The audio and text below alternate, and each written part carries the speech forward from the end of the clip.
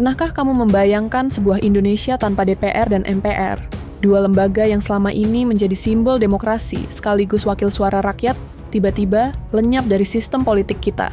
Bukan sekadar wacana, gagasan ini sesekali muncul di ruang publik, terutama ketika kinerja wakil rakyat dianggap mengecewakan, atau ketika keputusan politik mereka menuai kontroversi, dari isu korupsi, absensi rapat, hingga kebijakan yang tidak populer. Semua itu menimbulkan pertanyaan, kalau lembaga ini tidak efektif, mengapa tidak dibubarkan saja? Tapi, apakah rakyat benar-benar bisa melakukan itu? Atau justru hal tersebut hanyalah luapan emosi yang sulit diwujudkan secara hukum? Perdebatan ini menarik, karena menyentuh inti dari demokrasi Indonesia, konstitusi, sejarah politik, serta konsekuensi yang bisa muncul jika gagasan itu diwujudkan.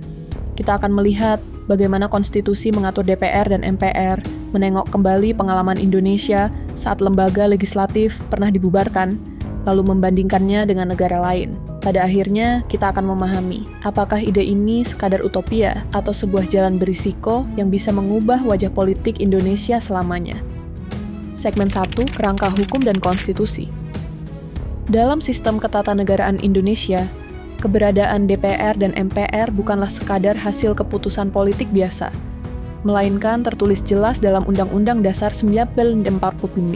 Pasal 19 UUD 1945 mengatur keberadaan DPR sebagai lembaga legislatif yang dipilih langsung oleh rakyat melalui pemilu. Sementara Pasal 2 dan Pasal 3 mengatur MPR sebagai lembaga gabungan antara DPR dan DPD, dengan fungsi utama mengubah serta menetapkan UUD, serta melantik presiden dan wakil presiden. Dengan kata lain, DPR dan MPR adalah lembaga konstitusional setara dengan Mahkamah Konstitusi, Presiden, atau BPK, yang tidak bisa begitu saja dihapus tanpa perubahan mendasar pada konstitusi. Pertanyaan pentingnya, bisakah rakyat membubarkan DPR dan MPR secara langsung? Jawabannya, tidak bisa. Amandemen UUD 1945 hanya bisa dilakukan oleh MPR itu sendiri, dengan dukungan sekurang-kurangnya 2/3 anggota.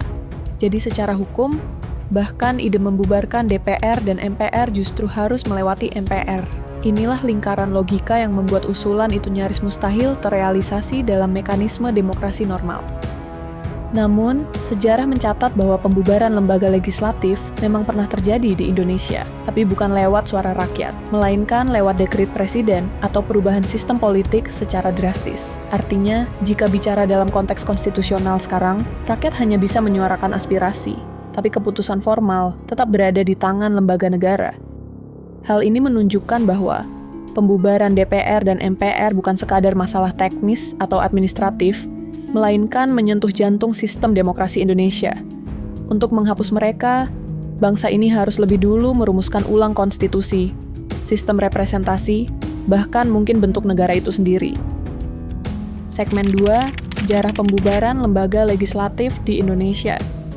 Jika kita menengok sejarah Indonesia, pembubaran lembaga legislatif sebenarnya bukan hal baru.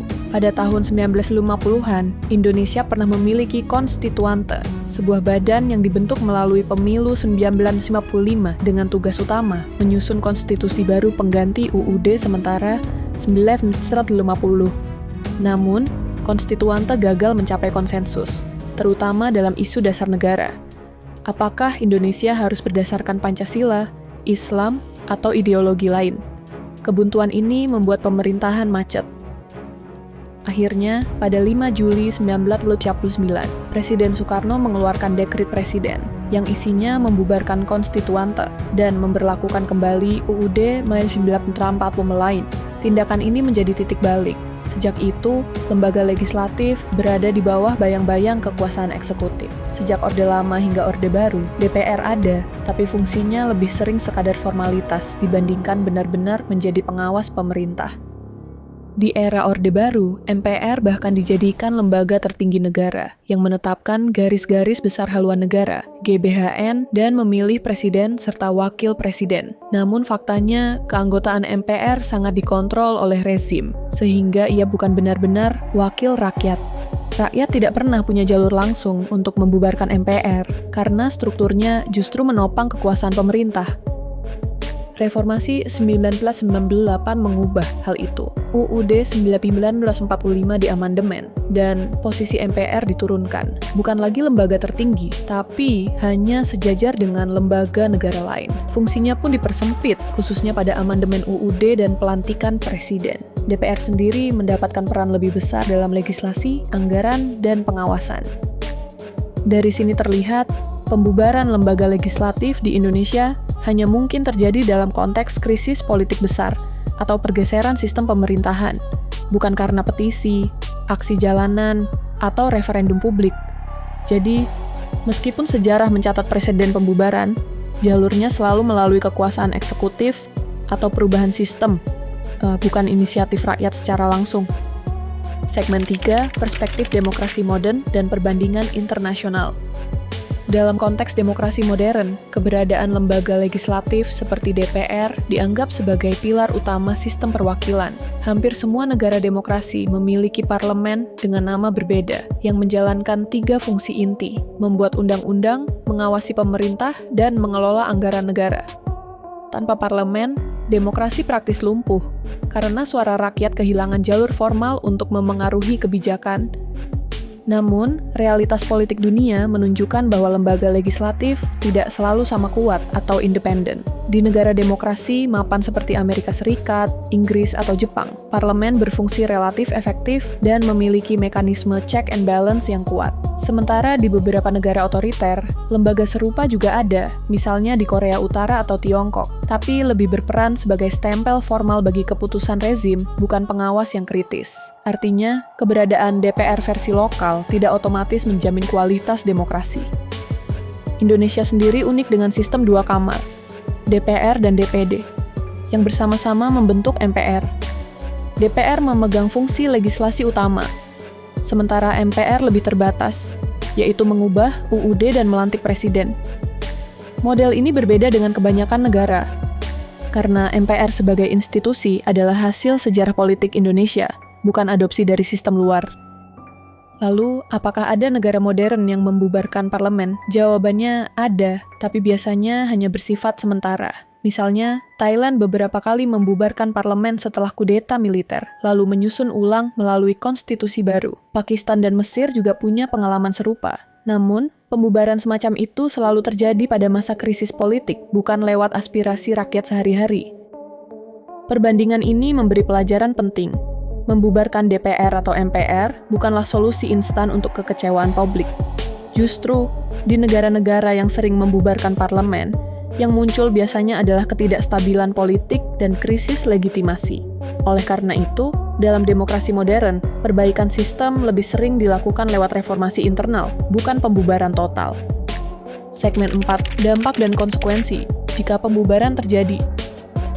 Membayangkan Indonesia tanpa DPR dan MPR berarti membayangkan sebuah kekosongan dalam sistem demokrasi. Konsekuensinya tidak hanya soal hukum, tetapi juga menyentuh aspek politik, ekonomi, bahkan sosial. Pertama, dari sisi hukum dan tata negara, pembubaran DPR dan MPR tanpa amandemen UUD 1945 akan menimbulkan krisis konstitusional. Negara akan kehilangan mekanisme resmi untuk membuat undang-undang, mengawasi pemerintah, dan mengesahkan anggaran. Akibatnya, kekuasaan bisa terkonsentrasi di eksekutif, membuka ruang bagi otoritarianisme.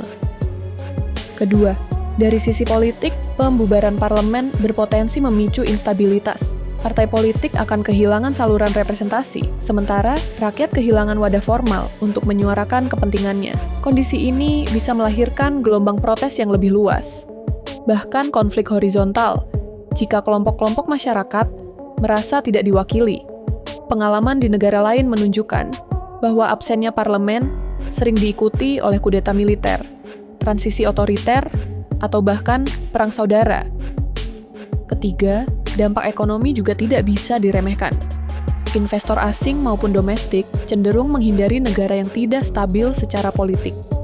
Ketidakpastian hukum membuat iklim investasi merosot, pasar keuangan terguncang, dan pada akhirnya masyarakat biasa yang menanggung beban lewat turunnya lapangan kerja serta daya beli. Keempat, dari sisi sosial, membubarkan DPR dan MPR bisa merusak kepercayaan publik terhadap demokrasi itu sendiri.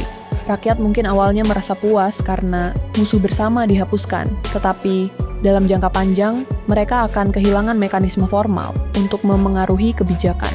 Rasa frustasi bisa meningkat, dan legitimasi pemerintah pun diragukan.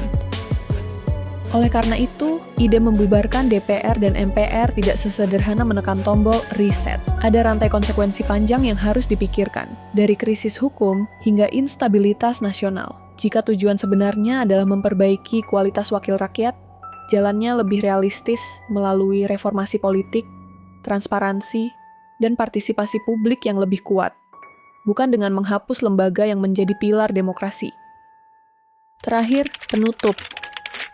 Membubarkan DPR dan MPR bukanlah sekadar wacana emosional, tetapi menyentuh inti dari sistem demokrasi kita. Sejarah menunjukkan langkah drastis semacam itu selalu lahir dari krisis politik besar dan hampir selalu meninggalkan luka panjang.